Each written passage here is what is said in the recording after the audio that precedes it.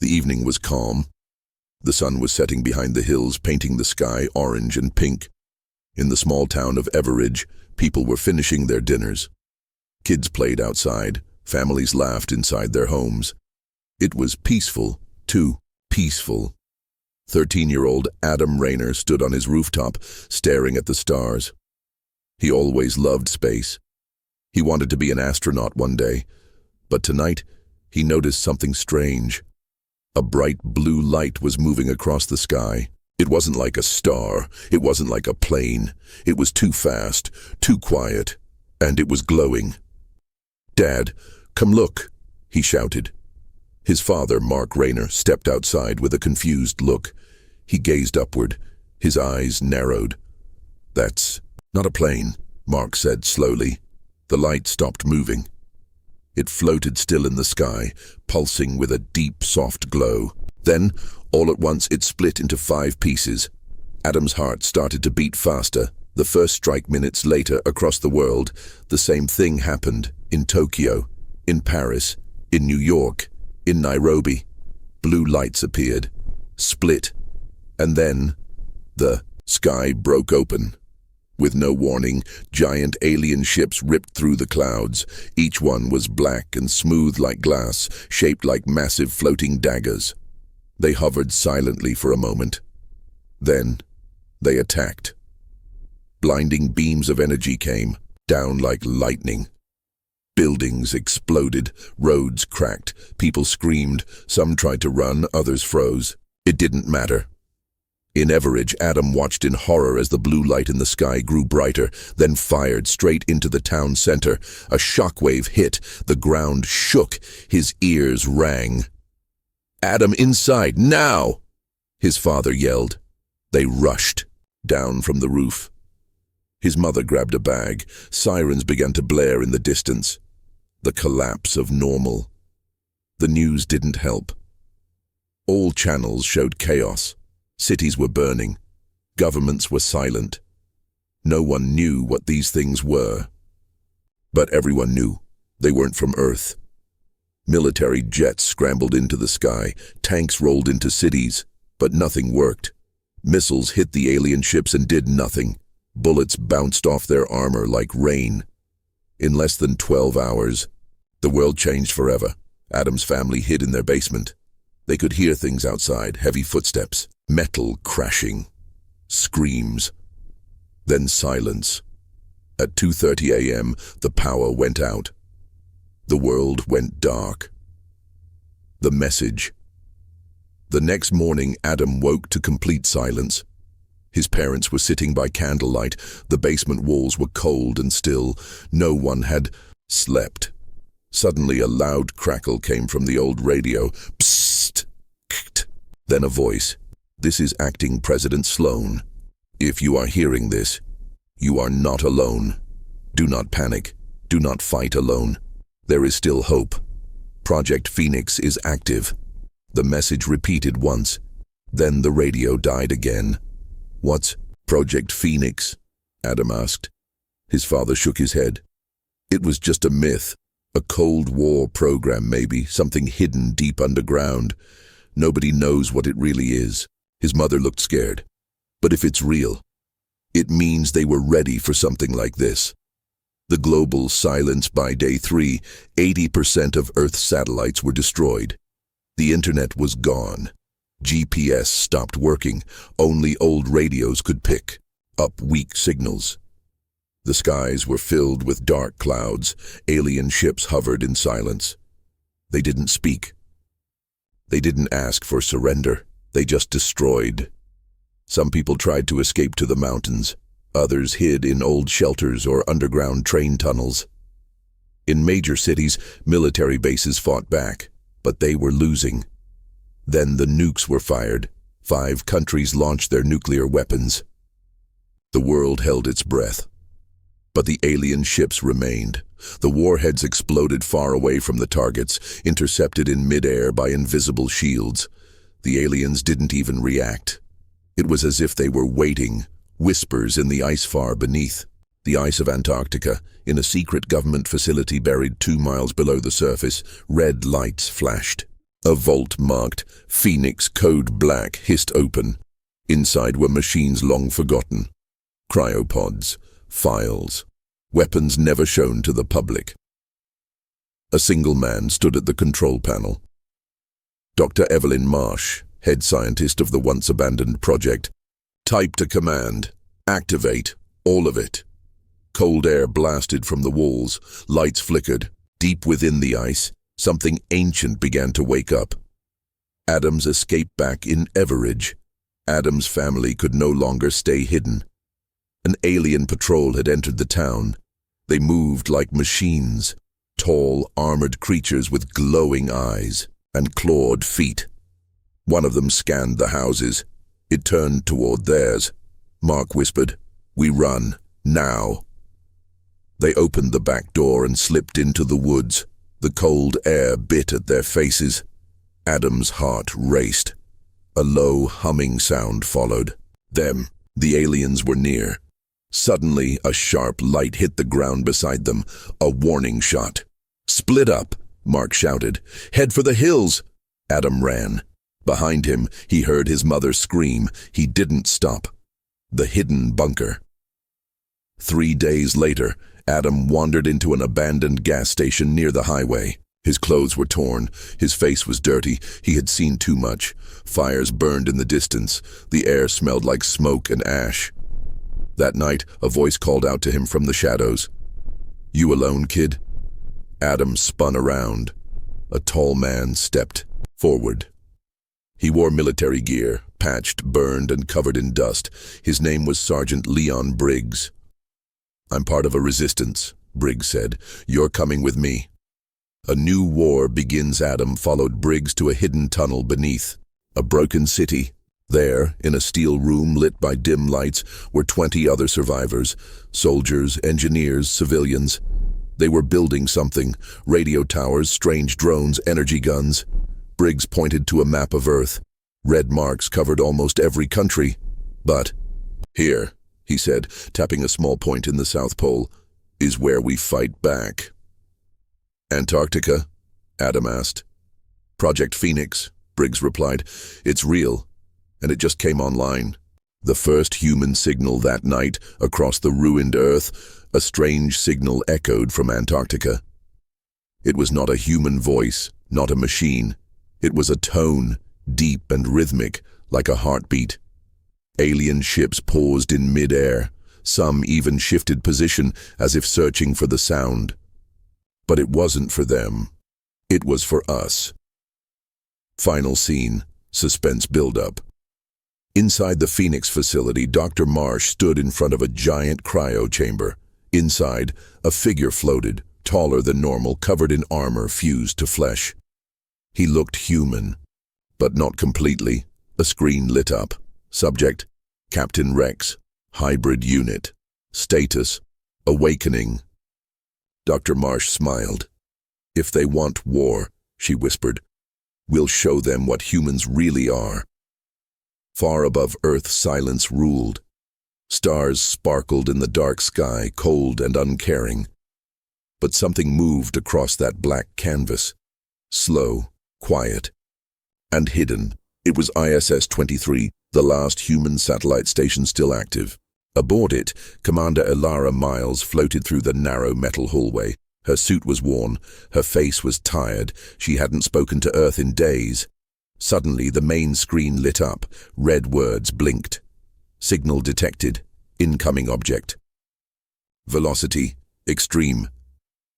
Elara rushed to the window. Her breath caught in her throat. A massive alien ship was entering Earth's orbit. She had seen them before, long, dark, sharp like knives. But this one was different. Bigger, older. Its surface was covered in symbols, glowing with blue fire. Then she saw it. A bright flash, and far below, on Earth, something exploded. She whispered to herself, "They're not just invading, they're cleansing." Back on Earth, the giants' march cities were no longer cities. Tall buildings were now black skeletons. Roads were cracked like old bones. Smoke covered everything. In this ruined world, the enemy marched, the Zyrex, giant alien soldiers, standing 10 feet tall, their bodies covered in living armor. They moved in silence. Each step shook the ground. They didn't speak. They didn't bleed. And they didn't stop. Near what used to be New York, a team of human soldiers waited in an old subway tunnel. Their leader, Major Callan, held up his hand. Wait. Wait. He had heard the sound. Heavy feet, metal scraping stone. Zyrex was near. The soldiers held their breath, but the creature didn't come alone. It brought something worse. A drone the size of a van floating beside it. The drone scanned the air. A high-pitched whine cut through the tunnel. Major Callan whispered, "Now." They launched their homemade EMP. The tunnel flashed white. The drone dropped, but the Zyrex did not. It turned its head, looked directly at them, and charged. Project Phoenix activates. Meanwhile, deep under Antarctica, Project Phoenix had come alive. Inside the secret base, machines hummed. Screens blinked. Scientists and soldiers worked in silence. And in the center of it all, a large cryopod cracked open. Steam hissed. A man stepped out. He wasn't normal. His name was Captain Rex. His body was half flesh, half machine. His left eye glowed red. His arms were covered in steel. Wires ran down his spine. He took a deep breath and opened his eyes. Dr. Marsh stood nearby. "Welcome back." Rex looked around. "Is it true? Earth is under attack?" She nodded. He clenched his fists. "Then it's time I returned the favor." A message from the past back in space. Commander Alara found an old file in the ship's computer. It was hidden deep in the system, locked for decades. She hacked through the codes. The file opened. A video began to play. It showed a secret mission from 18 years ago. A small human scout ship had discovered something. A strange signal. Near Jupiter, they followed it. What they found was one of the alien ships.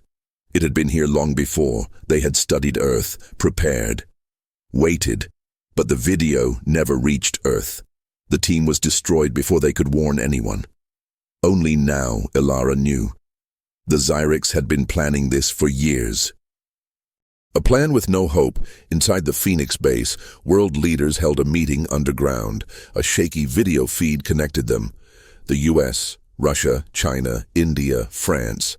For once, all enemies were on the same side. "There are 3 motherships. One," General said. "We must destroy them."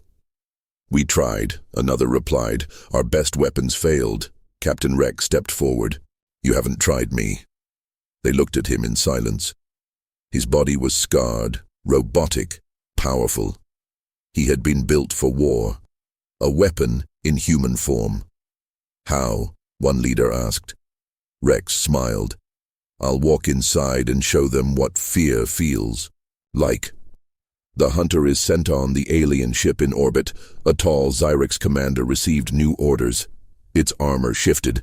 Blades extended from its arms. This one wasn't like the others. It had a name, Vorak. The hunter. He had one purpose: kill the Phoenix. The first strike back at night under a burning red sky, Captain Rex led a small team into a ruined city. Their goal: capture alien tech and test the new EMP pulse gun. It was the first human-made weapon that could damage Zyrex armor. They moved through the streets. Everything was silent. Then they saw it, a Zyrex drone tower. It glowed with blue light, scanning the area. Rex aimed, fired. The tower exploded, sirens echoed. Zyrex. Soldiers appeared from the shadows. The battle began. Human guns fired. The EMP pulses flashed. For the first time, alien armor cracked. A Zyrex screamed, fell. The soldiers cheered. "It works!" But their joy didn't last long. From the smoke, Vorak arrived.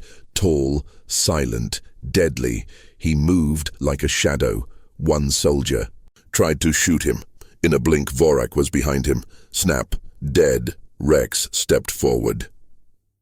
You want me?" he shouted. Vorak said nothing, then charged. Machine versus monster. Rex and Vorak fought in the ruins of a skyscraper. Fists smashed metal, blades clashed with steel arms, sparks flew, blood and oil mixed on the ground. Rex was fast, but Vorak was faster. Vorak's blade cut into Rex's side. Rex punched the creature's jaw, cracking its armor. They crashed through walls, through fire, through rubble. At the edge of a broken rooftop, Rex grabbed a live power cable and slammed it into Vorak's chest. The alien screamed. It fell, but it wasn't dead. Fall of a giant. As the team escaped, one of the drones activated a self-destruct code. The entire block began to shake. "We have 60 seconds, Rex yelled. They ran. Buildings collapsed. Fire rose. The last thing Rex saw was Vorak, crawling from the rubble, one eye glowing red. He would be back, Ilara's discovery back. In orbit, Ilara studied the alien ship from a distance. It had one large core, protected, hidden deep. She made a plan. If she could steal a Xyrix fighter and fly inside, she could destroy it from within. It was suicide, but she was ready. She opened the ship's final log and recorded a message. "To Earth, if I fail, don't stop. If I die, remember, this is just one of many." Final scene, shadows and fire. In a dark room aboard a Xyrix ship, high above the planet, several alien leaders gathered. One of them spoke for the first time in a deep hissing voice. "These humans, they are different. They adapt. They strike back. They are dangerous." Another replied, "Shall we begin phase 2? The leader nodded, and then said something that sent fear through the room. They remember pain. They turn it into power. Under the broken ruins of Chicago, in a damp subway tunnel, a small group of survivors huddled near a fire. The air was cold. The silence was heavy. Then they heard it. Clank, clank, clank. Footsteps, heavy, metallic, coming closer. A mother grabbed her child. A soldier raised his weapon. Everyone froze. The sound stopped outside the old steel door. For a moment, nothing happened. Then, boom, the door was kicked open. A huge shadow stepped inside, but it didn't attack. The creature spoke. "I'm not your enemy." Its voice was deep, rough, but not human. First contact with a traitor. The creature's name was Catharn. He was one of the Xyrix, but not like the others. He had removed his armor. His body was bruised. His eyes showed pain, not rage. "I came to warn you," he said. "Your enemy is not just us. There is something worse." The soldiers didn't believe him at first, but then he showed them something, a small device from his chest. It held a recording, a memory. When they played it, they saw images. Dark halls, alien leaders, secret orders. One voice spoke clearly. "The humans will fall, and then we will feed on what remains. No survivors, no history, only silence, trust. No one, Captain Rex." Arrived that night. He had been tracking strange signals from the city. When he saw Catharn, his eyes narrowed. "You're Xyrix." "Yes," Catharn said, "but I left them. They kill not just to win, but to erase. I joined the war to fight soldiers, not murder children." Rex didn't trust him, but he saw the truth in Catharn's face. He gave the alien one chance. "You help us," Rex said. "You die for us, or you die now." Catharn nodded. Agreed. Building the resistance, Catharn shared everything he knew. Xyrix soldiers didn't think for themselves. They followed orders from a central mind, the Hive Core. If the humans could destroy the core, the army would collapse. He showed them weak points in Xyrix armor, how to jam their scanners, how to move without being seen. The survivors began to hope. They set up safe zones in ruined cities. They used old trains to move food and weapons. Radio towers were rebuilt using broken tech. People from all over the world began joining, and slowly a name began to spread. The resistance. The hidden hive. Meanwhile, Ilara Miles was still in space. She had stolen a Xerix fighter flying deep into enemy territory. It was dangerous. Every moment, she risked being caught. But she had one goal: to find the location of the hive core. She flew into a massive alien structure floating above the Atlantic. It was not just a ship, it was a living city. A base, a brain, and a weapon, all in one. Using stolen codes, she entered undetected. Inside, she saw things no human was meant to see. Thousands of Xerix, standing like statues, living machines, brain walls, memory tanks, and at the center, a glowing black sphere pulsing with blue light, the hive core. She whispered into her recorder, "I found it. We know where to strike. Tell Earth, the heart of the beast lives in orbit." The first real win back on Earth, Rex led a mission to test a new weapon. Ghost, the old hacker, had built a device using alien tech. It could send a false signal, making Xerix units believe they were under attack from each other. They tested it in the ruins of Berlin. Rex and his team hid behind old buildings. Ghost activated the signal. At first, nothing happened. Then, chaos. 2 Xerix patrols spotted each other. They scanned, got confused, then attacked. Blades clashed, lasers fired. They destroyed each other in minutes. It worked. For the first time, humans watched Xerix kill themselves. The resistance cheered, the cost of hope. But the enemy noticed. Vorak, the hunter, returned. He had survived Rex's earlier attack. Now, he hunted Catharn. He found the resistance hideout in Boston. At night, while the people slept, Vorak entered alone. He moved like a shadow. He killed 5 guards before the alarm rang. Rex rushed to the scene. Ghost tried to jam the doors. Catharn faced his former commander.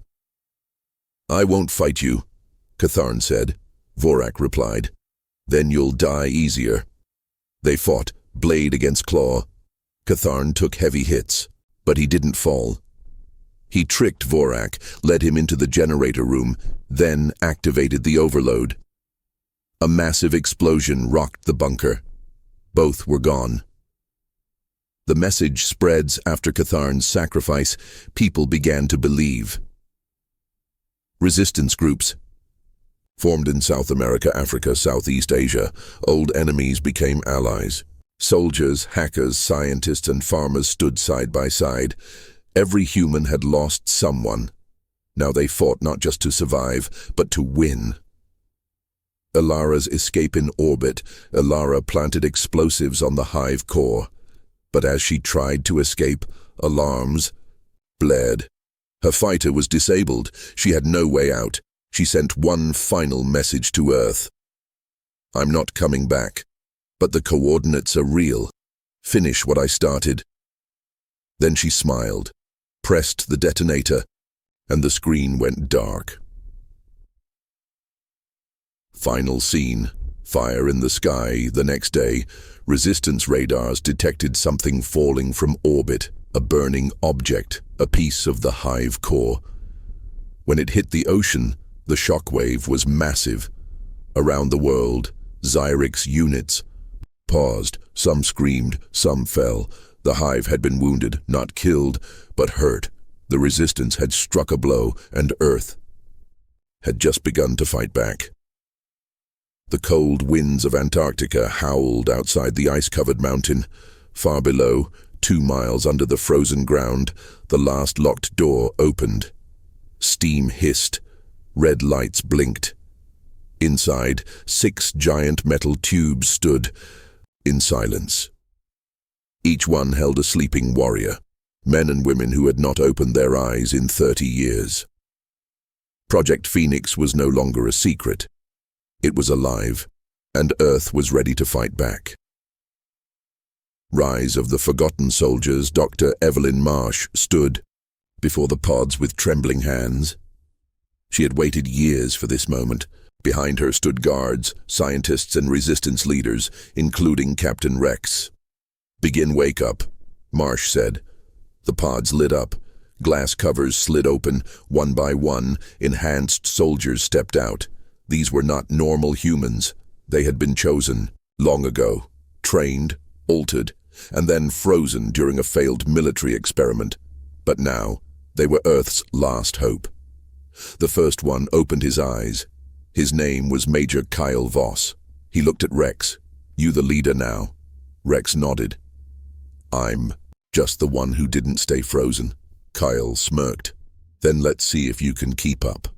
The history of Project Phoenix. While the new soldiers were tested and rearmed, Dr. Marsh explained the truth. "Project Phoenix began 33 years ago," she said. "It was made to protect Earth from a possible alien threat. But the world wasn't ready. People called it dangerous. So the project was shut down and buried." She showed old files, pictures of early experiments, failed cybernetic implants, soldiers who didn't survive. But these 6, they did. Their bodies are part machine, part human, stronger bones, faster minds. They were built for war. Rex crossed his arms. "Good, because war is here." The target, the factory, ship from orbit, Earth's resistance had detected a Xyrix factory ship over Africa. It was the main source of new drones and battle units. If it could be destroyed, the enemy would lose their ability to replace fallen soldiers. But the ship was surrounded by defense towers, scanners, and shield fields. No plane could reach it. No missile could break through. Unless someone got inside. From the ground, the Mission Kyle and the Phoenix team, codename Ash Squad, would go in. 6 enhanced soldiers. One goal: break into the heart of the factory ship and overload its power core. They would move through abandoned mine tunnels under the Earth, reach the base of the ship's landing legs, and plant charges. Captain Rex would command the mission from above, guiding them via drone cameras. "Be fast. Be quiet," Rex told them. "If you're caught, you won't make it out." Kale grinned. "We're not here to make it out. We're here to make it hurt." Entering the underground, Ash Squad entered the mines at night. The tunnels were dark and old, full of collapsed rocks and dust. Phoenix Unit Shade, the team's scout, moved ahead, scanning for traps. Behind her came Torque, the heavy gunner, Blitz, the fastest, Hex, the tech expert, and Mira, the sniper. They moved like ghosts, silent and precise. But something was wrong. Their motion sensors began to flicker. "We're not alone," Shade whispered. "Ambush." Below, suddenly from the shadows, burrowers attacked, small Xyrix units built for underground warfare. They were fast, insect-like, with razor limbs. The tunnel exploded into battle. Blitz moved like lightning, cutting down 2 before they touched the ground. Torque's heavy cannon lit up the walls with fire. One burrower jumped at Hex, but Kale grabbed it mid-air and crushed it with his cybernetic arm. They cleared the tunnel, breathing hard. "Just a warm-up," Kyle said. Inside the beast, they reached the base of the factory ship. It was massive. Black metal legs, digging deep into the Earth using Hex's hacking tools. They unlocked a hidden hatch. Inside was a horror show. Alien machines moved non-stop, building drones, crafting armor, melting captured metal and bone. The smell was terrible, the heat unbearable. But the team pushed forward, planting explosives at every power node they found. Suddenly, alarm sirens. "They know we're here," Hex shouted. Xyrix soldiers dropped from the ceilings. The battle inside the factory began. Phoenix unleashed. The Ash Squad showed no fear. Mira climbed to high ground and picked off targets with perfect shots. Torque's cannon mowed down waves of enemies. Shade moved in the shadows. Stabbing weak points, Kale and Blitz took the front, smashing, slashing, never slowing down. But there were too many, and the enemy brought out something new. A Titan-class Xyrix, a 20-foot-tall armored monster with a plasma shield and rotating cannons. The walls shook as it walked. Kyle looked up at it and smiled. Now that's more like it. One last push, they couldn't kill the Titan, but they didn't need to. Hex finished planting the last charge and started the timer. 6 minutes. Time. To go! She shouted. Kyle turned to the team. Fall back. They ran through fire and explosions. The Titan chased them, roaring. At the last door, Shade was hit. She fell. Kyle turned back without thinking, grabbed her and carried her to the exit. The team jumped from the hatch just as the factory ship lit up from inside. Then, boom! The entire ship exploded in the sky. Metal rained down for miles. Ash Squad lay on the ground, breathing, bleeding, but alive. Hope from Fire Captain Rex met them at the extraction point. "You did it," he said. Kale nodded. "Told you. We don't stop." The resistance around the world watched the footage. For the first time, people saw the impossible. A Phoenix, team destroying a giant Xyrix ship. From the inside, hope spread like wildfire. But the enemy reacts on the Xyrix command ship, high in orbit. Alien generals reviewed the damage. Factory 7 destroyed. Hive core flicker detected. Phoenix units confirmed. One general hissed, "We underestimated them." Another said, "Then let us respond." A new order was given. Release the Obsidian Guard. Final scene. The next threat in a dark alien chamber. Black tubes opened. Inside them stood tall, thin creatures different from the Xyrix. Smarter, faster, crueler. Their eyes glowed red. They stepped out without a word. Earth would soon face something worse than machines. Hunters built to kill hope. The night was cold, and the city was silent. But not from peace, from fear. Old buildings stood like dead trees, windows broken, walls black with smoke. Somewhere under the ruins of Detroit, a man sat alone in a basement filled with wires and screens. His name was Ghost. No one knew his real name anymore. He was once a hacker, a genius from the old world. Now he was the Resistance's most valuable mind, because Ghost could hear things others couldn't. He picked up Xyrix signals. He understood how their tech spoke. But tonight, something was different. On his screen, a new signal appeared. Strange. Silent, cold, not Xyrix. Something worse. Ghost stood up and whispered to himself, "They've sent something new." The Obsidian Guard from orbit. A black drop pod fell to Earth like a meteor. It landed near the ruins of Chicago, cracking the street in half. Out of the smoke stepped a tall, thin figure in dark armor. It moved with slow, smooth control. No wasted motion. Its name was Nur, the first of the Obsidian Guard, created by the Xyrix Hive. The Obsidian Guard was made not for invasion, but for one purpose: hunt and kill human leaders. The warning. In the Resistance main base, hidden under the Rockies, Ghost's signal report reached Captain Rex. "This isn't a soldier," Ghost told him through the old radio. "This is an assassin." "It's tracking me," Rex replied. "You sure?" Ghost laughed. "It's already in my city." "Then get out," Rex said. But Ghost didn't move. He stared at the blinking screen. "No, I'm going to talk to it." The first encounter. Ghost set up traps all over the building, mines, flash bombs, electric fields. He waited by his old terminal, typing fast, sending data back to the Resistance. Then the door blew open. Nur stepped inside. Its eyes glowed red. Its arms shifted into blades. "I know who you are," Ghost said, "and I know how to stop your hive." Nur didn't answer. It rushed forward. Boom! The floor exploded. Nur fell 2 levels down, but it got back up, slowly, carefully. It wasn't in a hurry. Ghost ran through the maze of tunnels under the city, using every trick he knew. False signals, collapsing floors, holograms.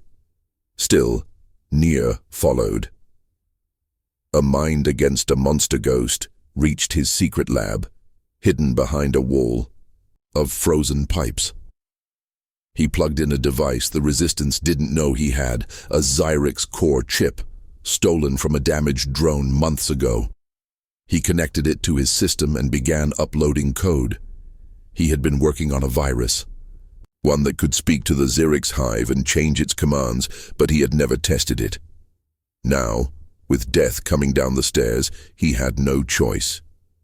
The virus began to load. Nur broke through the wall. Ghost pressed the key. Unexpected result, the lights flickered. Nur stopped in its tracks. The red lights in its eyes changed, blinking, confused. Then, stillness. Ghost stared. "You feel that?" he said. "That's fear. You're not just a machine anymore, are you?" Nur stepped back as if unsure. The virus had worked, but not as planned. Instead of controlling the Obsidian Guard, it gave it thought. Now it remembered pain. Now it had doubt. Ghost saw the change. "You were just a weapon, but now, you're something else." Nur looked at him and ran. What it left behind? When Rex and his team arrived later, the lab was wrecked. But Ghost was alive. He handed Rex a flash drive. "This has everything," Ghost said. "Hive communication systems, code formats, power source maps." Rex looked at him. "And the Obsidian Guard." Ghost smirked. "It ran, and it's scared." Rex didn't smile. "Then it'll come back. A dangerous idea back at the Resistance." "Base," Ghost explained his plan. "The Xyrix hive runs on a perfect system. All units follow commands. But if we can feed them the right virus, we can cause errors, make them see each other as threats." "You're talking about mind control," said Major Kale from Ash Squad. "No," Ghost replied. "I'm talking about chaos. We don't need to win every battle. We just need to make them fight themselves." Dr. Marsh spoke up. "It's possible, but dangerous. If we lose control, the virus could spread back to our own tech." Ghost looked at her. "That's why we need a clean test. One drone, one signal, one shot." The first test, they found an injured Xyrix drone near the ruins of Kansas City. It was missing one arm, damaged, leaking energy. They brought it to a lab. Ghost uploaded the virus. At first, the drone twitched. Then, it stood still. Its glowing blue eyes changed to green. Ghost stepped forward. "Do you understand me?" The drone replied. "Yes." Everyone in the room froze. Rex whispered, "It can talk?" Ghost nodded. "We just made a Xyrix think, but..." The hive nose up in space. The hive core pulsed with light. The Obsidian Guard had returned. Nar knelt before the alien leaders. "I failed." The leaders watched in silence. "But the human changed me," one of them hissed. "Then you are broken." Another spoke. "Then you are useful."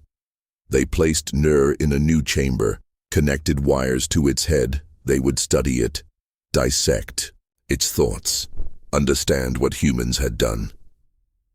But inside Nur's mind, something else had awakened, a single thought. "They made me feel." Final scene. A choice unknown, in the lab. The hacked Xyrix drone looked at its reflection in a broken screen. It touched its metal face. Ghost stood nearby. "You were born to follow, but now, you get to choose." The drone replied slowly. "Then, I choose to help." The Resistance had made a crack in the hive, small, risky, but real, and from that crack, something powerful was growing. Not machines, not weapons, a new kind of ally. Far above Earth, the stars vanished. Something massive moved into orbit. It wasn't a ship. It wasn't a station. It was a weapon, a Xyrix superstructure, so large it blocked sunlight from the cities below. Black like a moon, alive with glowing blue veins, it pulsed with energy. Inside it, A deadly core began charging. A countdown started. 48 hours until it would fire. If it did, Earth would be erased. No one would survive. The sky burns on the ground. Panic spread fast. The weapon, called the ether spear, cast a shadow over half the planet. It wasn't just a bomb. It would tear the atmosphere apart and fry the entire surface. All resistance bases went dark. Communications failed. Even the hacked Xyrix drone, nicknamed Echo, struggled to process what it saw. "This is beyond war," it said. "This is extinction." The last plan inside the mountain bunker, Captain Rex stood before a war table, his jaw tight. "We're out of time," he said. "If that thing fires, it's over." Ghost, leaning against a wall, added, "We can't destroy it from the ground, and our last space shuttle was scrapped." Major Kyle from Ash Squad spoke up. "Then we steal one." Everyone turned to him. Stealing. An alien ship. Ilara Miles was gone. But before her death, she had passed down flight data and Xyrix control codes. Echo, the hacked drone, used this to locate a hangar in northern Canada, an alien storage site filled with their small fighters. It was risky. The base was active, guarded by Obsidian guards. But it was the only way. So the Resistance formed two teams. Team Skyfire, to infiltrate the alien hangar and steal 3 fighters. Team Thunderline, to launch a major ground assault on a Xyrix base to create a distraction. Captain Rex would lead Skyfire. Major Kyle would lead Thunderline. Infiltration begins. Night fell. Under cover of darkness, Team Skyfire moved through snow and stone. Rex, Echo, Ghost, and 2 elite pilots reached the edge of the hangar. Guards moved like shadows, tall and silent. Echo whispered, "I will disable their signal net. Stay behind." Me. It walked ahead like one of them. The plan worked, until the last door. An Obsidian guard stopped Echo. It asked, "What is your command?" Echo hesitated. "I am under direct orders from the Hive." The guard tilted its head. "You are not Hive anymore." It attacked. The cost of victory. Rex and the pilots fired at once. Echo fought back, fast and deadly, but was stabbed through the chest. Before it shut down, it looked at Rex. "I chose this." Then it exploded, taking 2 guards with it. Rex and the others rushed into the hangar. They found 3 Xyrix fighters, sleek and black, waiting. Ghost uploaded flight controls. "They're ready," he said. "Now go." The space strike begins. Rex and 2 pilots launched into space. As they rose through the clouds, Earth looked smaller, broken but still breathing. Above them, the ether spear loomed. Its energy core was nearly full. Rex opened a channel. "Units, this is Skyfire. We're on the way. Start the ground strike. Give them hell. Fire on Earth." While Rex moved toward the spear, Major Kale and Ash Squad launched a brutal assault on a Xyrix power hub in South America. It was a suicide run. Their goal, force the Hive to focus its defenses downward, away from the ether spear. Kale's team stormed the compound with tanks, EMP launchers, and hacked drones. Buildings exploded. The sky turned red. Obsidian guards dropped from ships. Kale fought like a storm, taking hits, losing men, but never stopping. "This is what resistance looks like," he shouted. Battle in the void in orbit. Rex and his 2 fighters dodged energy blasts. Xyrix defense drones swarmed toward them. Rex fired his cannons. 2 drones exploded, but one clipped his wing. He spun, stabilized, and flew straight toward the spear's main core. "Targeting the energy heart," he said. "If we hit it at full charge, it'll blow the whole thing sky high." The other 2 fighters opened paths. Rex flew through enemy fire, alarms screaming. He reached the core, firing now. The final shot. His ship shook from damage. Warning. Lights flashed. He locked on, pulled the trigger. A beam of pure plasma blasted into the core. Boom! A white light flashed. The entire ethersphere pulsed, cracked, then collapsed in on itself. The shockwave hit all the way down to Earth. Xerix ships powered down. Obsidian guards froze mid-strike. Rex's ship was caught in the blast. His last words came through the radio. "Tell them, we weren't afraid." Earth breathes. Again, across the world, people saw it. The giant weapon, once blocking the stars, now gone. Children pointed at the sky. Soldiers dropped their guns and cried. In the resistance bunker, Ghost wiped his eyes. "Rex did it," he whispered. "He stopped the end. But it's not over." The hive core in space flickered. Xerix leaders gathered in silence. A message was received from a deep, hidden part of the galaxy. A single word: awaken. Something older than the hive had heard the battle. Something darker, and it was coming. Final scene, a promise in blood on Earth. Kyle stood in the ruins of the power hub. His armor was cracked, his arm bleeding. He looked at the sky. "We're not done," he said. "They wanted war. We'll give them hell." The Earth was not silent anymore. Across the planet, resistance forces gathered, not hiding, not running. They stood tall, staring up at the stars. The Xerix had taken their cities, their skies, and their people. But now Earth had done something no other world had ever done. They destroyed the ether sphere, and the hive felt pain for the first time. Now, Earth was ready to take the fight to them. The mission, called Heaven's Fist, inside a mountain bunker, surviving commanders met around a hologram of the galaxy. Major Kyle, now the top resistance officer after Captain Rex's sacrifice, pointed to a blinking red dot. "This is Outpost 9, he said, "one of the hive's oldest relay stations. It controls signal traffic across 5 star systems." Ghost nodded. "If we destroy it, the hive loses their grip in this sector. Their units will stop receiving commands." Kyle added, "We finally go into space. We finally hit them where it hurts." They named the operation Heaven's Fist. The new fleet Earth had no great ships. But thanks to Echo's sacrifice, Ghost had hacked and reprogrammed 3 Xerix destroyers, small, fast, and deadly. They were painted black with a red stripe down the middle, the mark of Earth's revenge. Each one was crewed by elite fighters, techs and survivors trained in weeks of crash combat drills. Kyle led the flagship. With him was Lena, Rex's sister, a fighter pilot with a quiet rage in her eyes. The night of the launch was quiet.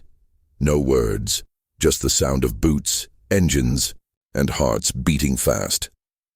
As the ships rose into the sky, Kyle gave one last message to Earth. "We carry every soul they've taken. We strike for the dead. We fight for the living. And we do not return until the stars fear us." The resistance fleet vanished into the black Xerix territory, silent and watching, as the human ships entered Xerix space. Sensors flickered. The area around Outpost 9 looked calm, too calm. Ghost, watching through the ship's system, said, "No patrols. No movement. They know we're coming. They want us to walk into it." Kyle replied, "Then we'll walk in loud." The attack begins. Outpost 9 floated in space like a twisted spider. Long black limbs reached out, filled with weapon turrets and signal towers. Kyle's fleet launched a full charge. Fighters spread out, dodging lasers and sending missiles deep into the core. Lena led the wing attack, moving like lightning. "This is for Rex," she whispered as she fired. The first tower exploded. The second one followed. Xerix drones swarmed, but Earth's ships fought with desperate fury. They weren't the most advanced, but they were angry. A sudden twist. The hive's trap. Just as the final tower collapsed, alarms went off. Ghosts screamed through comms. "Get out. It's a trap. They let us in so they could track our code.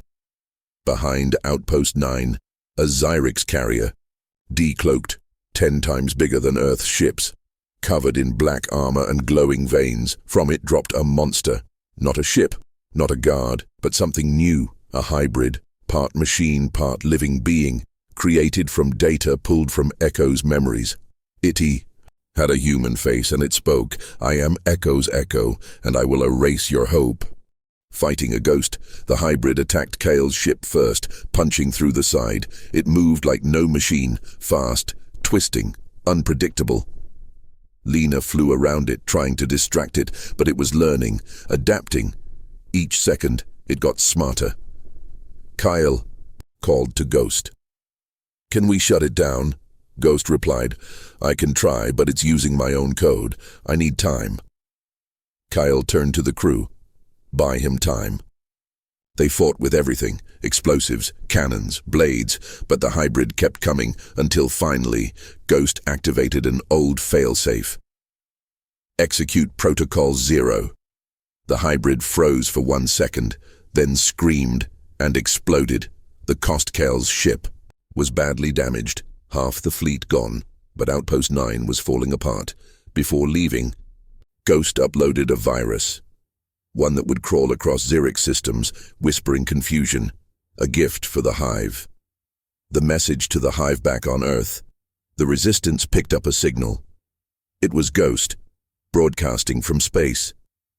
"You thought we were weak. You thought pain would break us, but pain made us harder, stronger. You took our sky, now we take yours."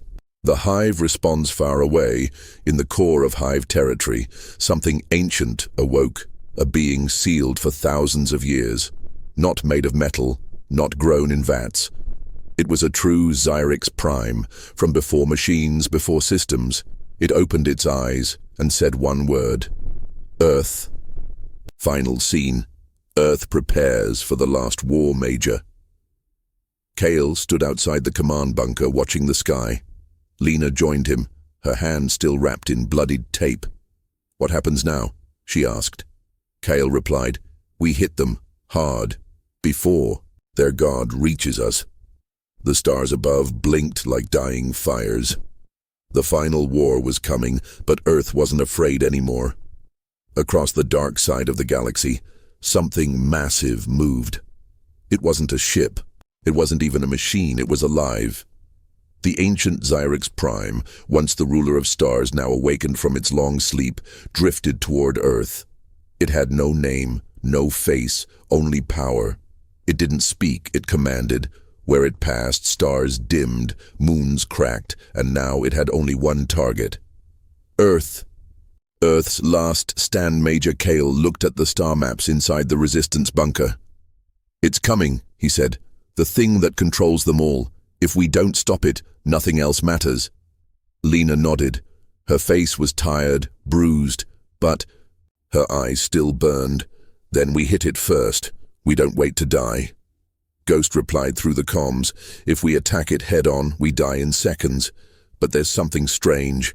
It's leaking power." Kyle frowned. "Leaking?" Ghost adjusted the holomap. "Its core is unstable. It woke up too early. That's our chance." The final plan, Operation Bloodstar. They called it Operation Bloodstar because the only way to stop the Xyrix Prime was to blow up the star it was hiding near. The ancient Prime had hidden inside a dying red star called Vorexis, drawing power from it for millions of years. If Earth's forces could fly deep enough into the gravity field and plant a fusion bomb, they could cause a chain reaction. The Prime would die in the explosion, but so would everyone nearby. Kyle didn't hesitate. "We do it." The Suicide Fleet. There were only 2 ships left that could make the trip. Kyle's half-broken cruiser. Lena's stolen Xyrix fighter. Ghost uploaded the last version of his AI into both ships. He would guide them and control. The fusion bomb. "If you reach the core," he said, "I'll trigger the blast. You won't have to do it." Kyle smiled sadly. "You always say that." The final journey, the two ships jumped into hyperspace. They reached the Vorexis system. In silence, the red star pulsed slowly, like a heart about to stop, and orbiting it, the Zyrix Prime. A being the size of a mountain, with wings made of dark matter and a face that was always shifting, part machine, part god, part nightmare. It saw the ships, and it screamed, the battle that broke the sky. The Prime sent thousands of drones at them. Lena flew like fire, dodging beams, shooting down enemies with precision. Kyle's ship was hit. Panels exploded. His arm caught fire, but he kept going. "This is for everyone you crushed," he growled. Ghost found a path through the Prime's defenses. "Now, go, dive into the star." The dive into Hell, Kale and Lena flew straight into the red light of Vorexis. Heat peeled the paint off their ships. Systems failed one by one. Oxygen dropped, but they reached the core, and Kyle dropped the fusion bomb. Ghost spoke softly. "Thank you, Kyle. Thank you, Lena, for proving that humanity is something they'll never understand." Kyle closed his eyes. Lena smiled through her tears, and the bomb exploded, the star that bled. The star burst open, a wave of red light spread across space. The Zyrix Prime tried to fly, but it was too late. The fire wrapped around it, its body burned, its mind shattered. Its scream was the last thing heard in that system. Then the star collapsed, taking the Prime with it. Earth watches the sky back on Earth. The sky changed color. The red of Vorexis reached even here, across galaxies. For a moment, the night sky looked like it was bleeding. Then, silence. The hive fell quiet. Ships stopped moving, obsidian guards shut down, and for the first time in decades, Earth was free. The aftermath, a new dawn. The resistance walked through ruined cities and helped survivors come out of hiding. Old nations reconnected. Children ran through broken streets with hope in their eyes. There were no more missiles in the sky, only stars. Ghost's final message. A few weeks later, a message appeared on every screen on Earth. It was Ghost's voice, pre-recorded. "If you're hearing this, it means we won. It means Kyle and Lena did it. And you're still here. Earth was broken but never beaten. Never forget that you weren't saved by gods or armies. You were saved by humans, angry, brave, stubborn humans who refused to kneel." Final scene. A child and a flag. A small girl stood on a hill, holding a torn flag. Behind her, the sun was rising. She looked up at the stars and whispered, "Let them come again. We're ready now." The end.